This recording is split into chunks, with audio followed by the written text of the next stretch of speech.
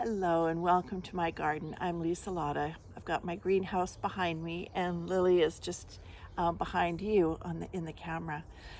Welcome to my 3 practices for every morning, and they are not probably as I don't want to say disciplined, but regimented as maybe what you have seen what other people do. I don't know. I haven't actually looked at what other people do, but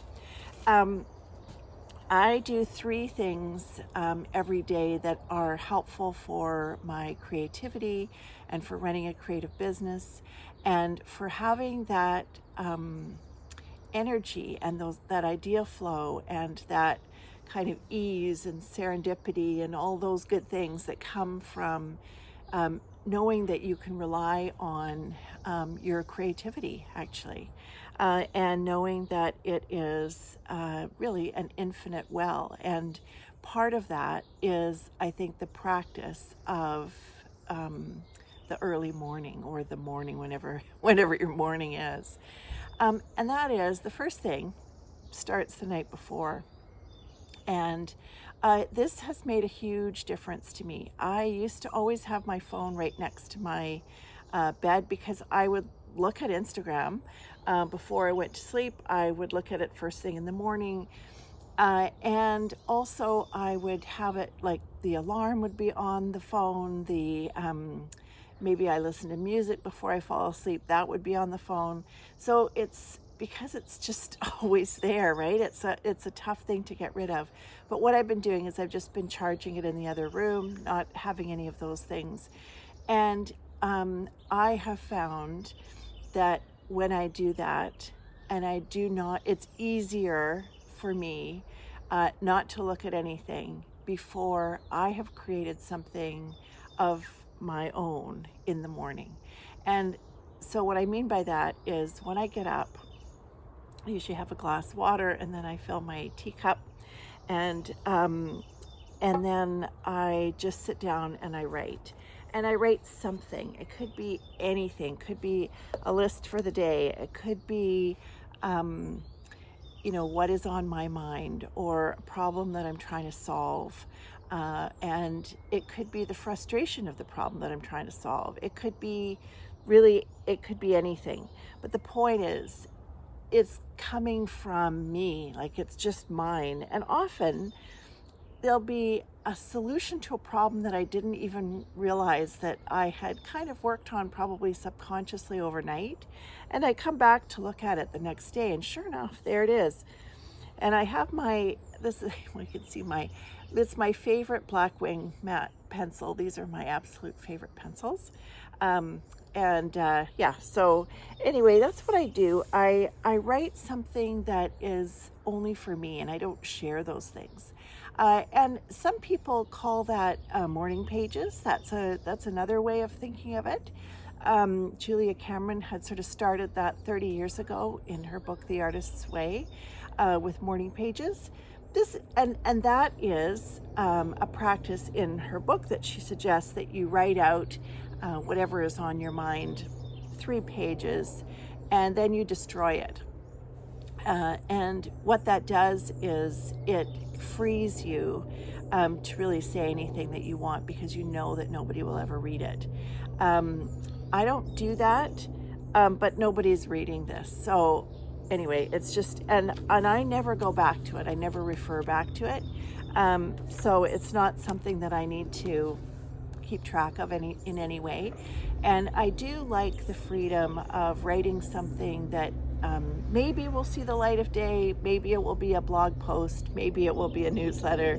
Maybe it will be an Instagram, not the comment, but the post. But maybe it won't. Or maybe it's just a seed of something that I end up using days or weeks later. But it's sort of, these things take time to evolve. So I think the notion is that you're giving yourself time without any other inputs, without any other the news or any email, or this is all before all of that, and this is your time. And I know a lot of people who do this. Some people have music on in the morning. and sometimes without any words, just acoustic and instrumental, I mean to say. And yeah, it's whatever works for you, but it's the notion of setting something out first. And then the second practice that I do every day is my tea. Some people, it's their coffee. I've never been a coffee drinker. I've always been a tea drinker, and still am. And it's silence. And if it's not nice, like it is today, where I can be outside, albeit under my woolen thing that I made, I just sit and stare out the window at the tops of the trees. And it was interesting because recently I had heard, now I'm forgetting the name of it, the scientific name of it, but there's a scientific name for how the shapes in nature, when you're staring or looking at the shapes in nature or noticing them, that they actually calm inside of you, because it's, I don't know, there was some sort of science about that.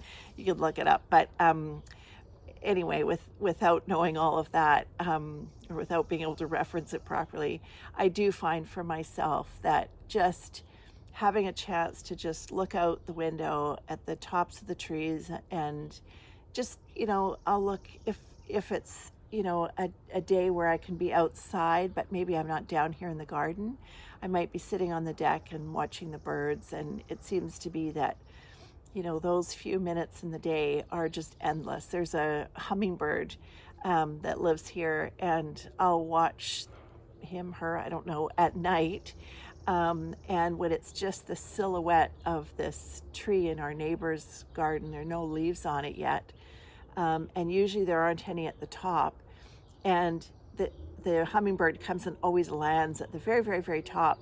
But just the silhouette of that is just, I don't know, I never tire of it. And then at this time of year, there are trees. Well, I can always see them, but the trees further, like in the park, quite far away, huge Douglas firs, and watching the eagles and then the crows, and then I guess the eagles are going after the crows' nests. I don't know what's going on, but there's a lot of action over there. So one can kind of, depending on where you live, you might need to go to the park or somewhere else. But it is quite amazing what just giving yourself a few minutes of silence can do for just settling you into yourself. Because the reason that you're doing this is really so that your creativity is coming through you. Like you're allowing it to, you're making room to listen to what the ideas are. You're making room for that in your day. And then the third thing that I do, and this is not like any other kind of thing, it changes. It changes. For years, I would be putting my running shoes on and going for a walk by the ocean and looking at the sunrise. I haven't been doing that.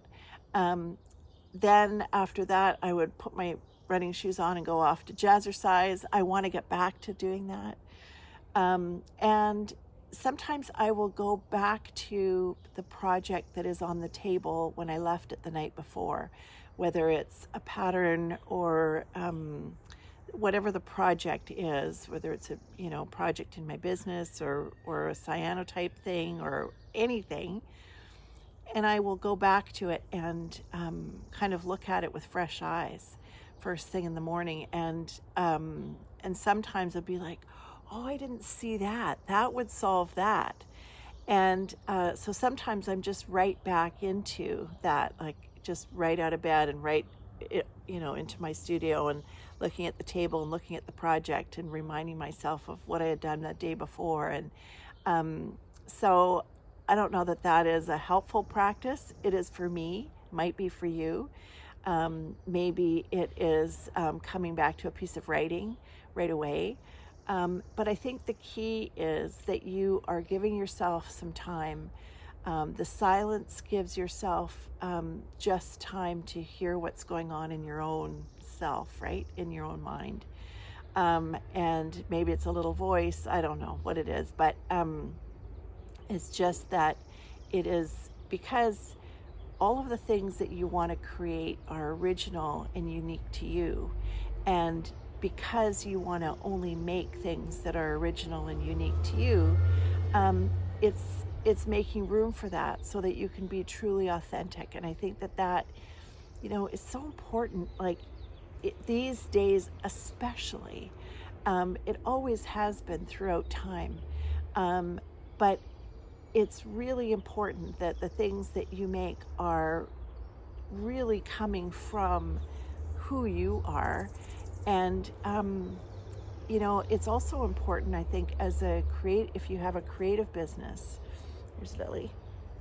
If you have a creative business, that people know that it's genuinely your work, and part of that is having that practice, and sharing that practice if you have a creative business, because with AI and so on, although we can all work with it, and there are lots of ways to use that in our businesses and so on, but the original thought, the original work has to come from you. And you could say, well, there are no original ideas. You could say that, but I think that that these ideas that we all have, things that we make and so on, they come through your lens. They come through the lens of your experience and your skill and what you find to be interesting and what you want to notice and what you think is beautiful or important or interesting.